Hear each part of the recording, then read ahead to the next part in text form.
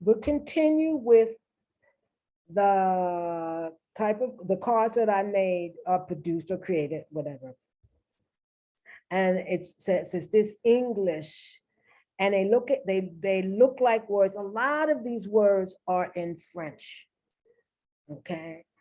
And Americans, depending once again on your level of education, pronounce it more like French, and or they pronounce it more like English, to the point where maybe even a French speaker wouldn't even recognize it. There was a product called,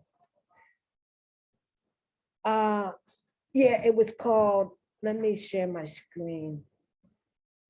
It was sort of like an Ajax where you powder, you put in your sink or in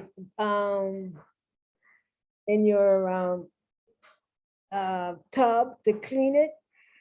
And it was called, let me see if I can get this right. Bone Ami. A French speaker would not recognize that pronunciation, Bone Ami. So you go to the store and you want to get a can of Bone Ami. But if you look at it, it was Bon Ami. And the Ami was spelled, Ami, AMI, and then the last letter was an E because it was feminine, right? Bony Ami or something to that effect.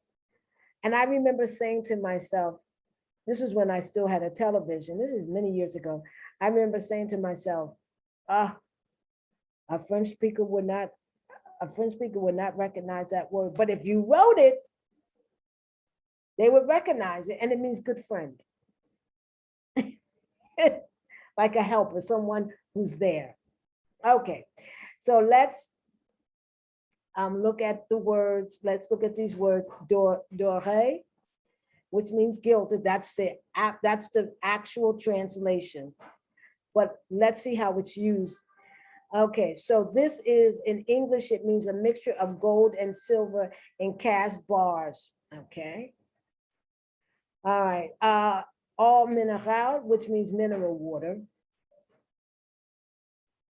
Okay, you see the words écraser, and the reason you have the accent because the E is being pronounced like an A, like a long A in English. Okay, this is how it's used. This is used in gambling. Oh yeah, in gambling too. A lot of the words are French. Listen, here's the truth of it. French and British English are given a special place in American English. They're considered high. I went to this high school. This is many, many, many years ago. I went to this high school. If you were students who were at the top of your class, you had to take the standardized test. If you were students who were at the top of the class, very smart students, very, very smart students, right? You were required to take Latin and French. If you were a student who was very, very smart, but not at the top, not at the peak, you were required to take Spanish and Latin, or Latin and Spanish. If you were a student at the bottom of the pyramid, either average or below average, you couldn't take a language. But notice, if you were at the peak, the very top, even though it would have made more sense to take Spanish rather than to take French, you were required to take at least 2 years of French. Although it was in a neighborhood where people spoke Spanish. So that tells you through policy how French versus Spanish, at least in those days was looked upon, at least in those days. And I don't think it's so much different now. Right? I don't think it's so much different. Whenever you want to drop a word, a foreign word to show your intelligence, you don't drop Spanish. You don't drop Spanish into the conversation. You drop French, maybe German. I know German, some German words, like for example, I'm not going to pronounce it because I know I'm pronouncing it incorrectly. And it means that you enjoy watching other people suffer.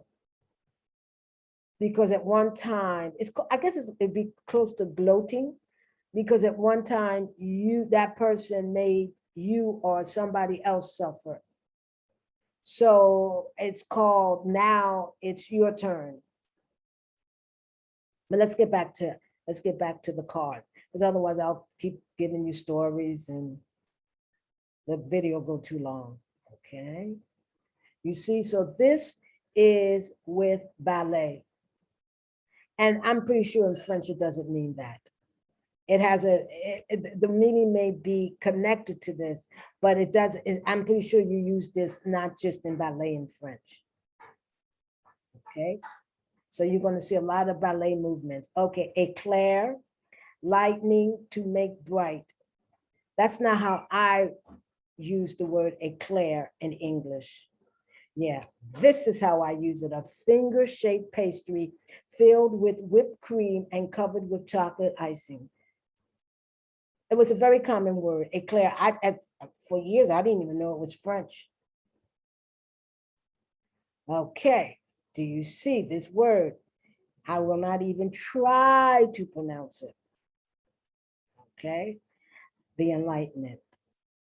Yes, because although the Enlightenment is in English, when you're talking about that period before the Enlightenment, when you came back in contact with its Greek and Roman, Latin origins, it's in French.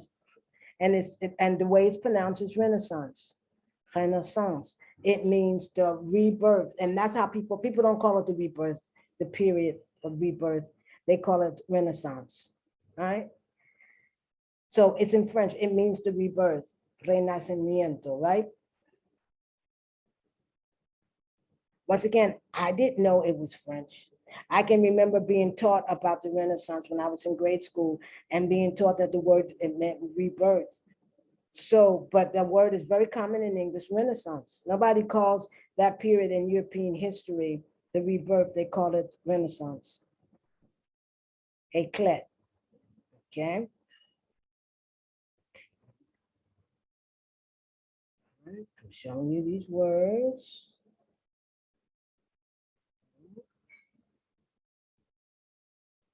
École, yes. I remember using these words. This is like for a very exclusive high school. And there's another word now that I'm trying to think of it, I can't think of it. Lycée.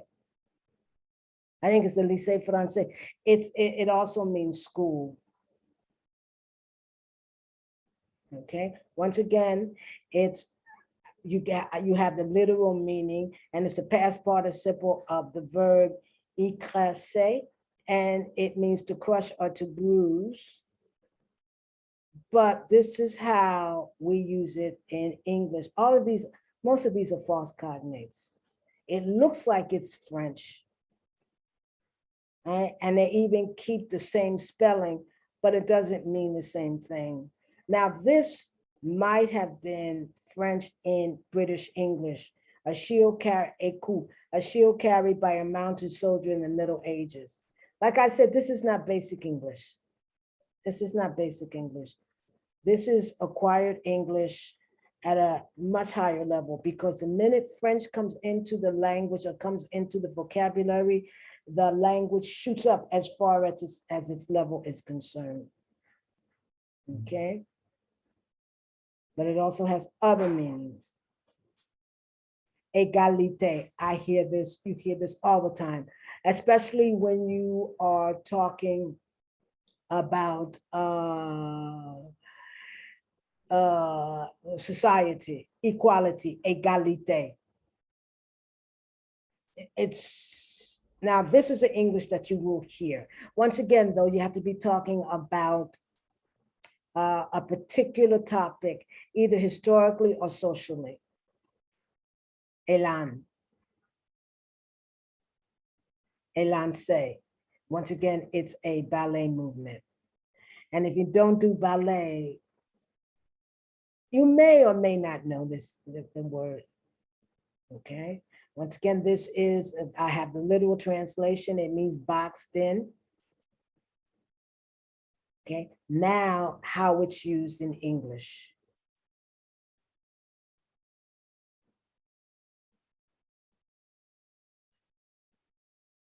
Okay. And it means spoiled child, and it's a dated expression. I can remember there was an expression. Let me see if I have it here. No, it was expression of enfant terrible. Enfant terrible.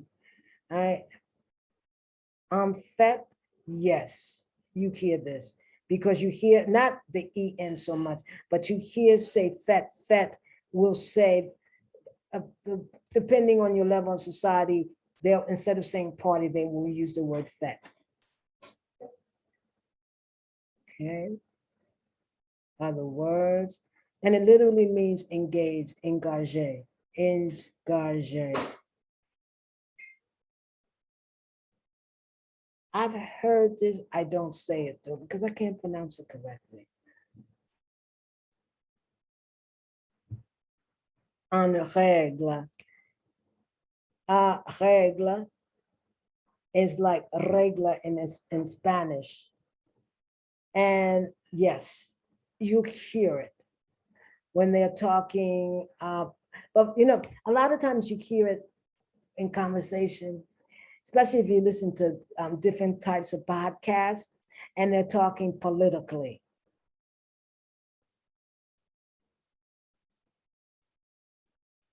You know, something that's correct. Okay.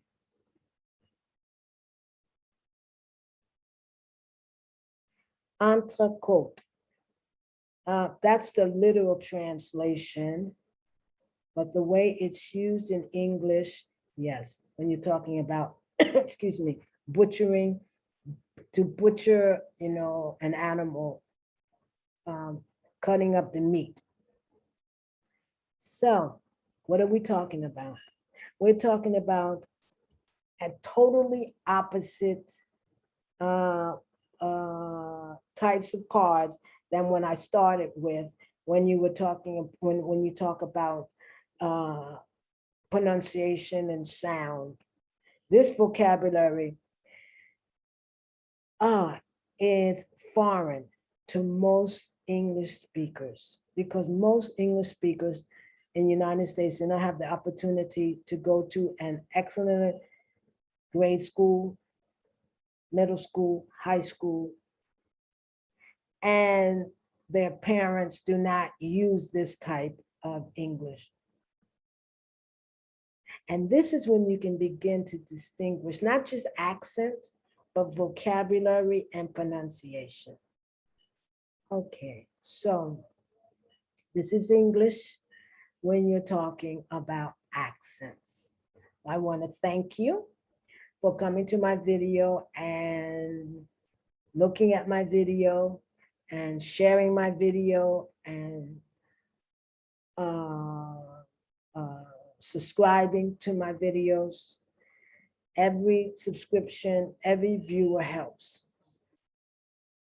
to free me from having to work outside of my creativity, outside of my art, because I feel when you're making cards and you're trying to make them so that somebody would be interested in language, one of the most important skills there are to be able to communicate well It's good.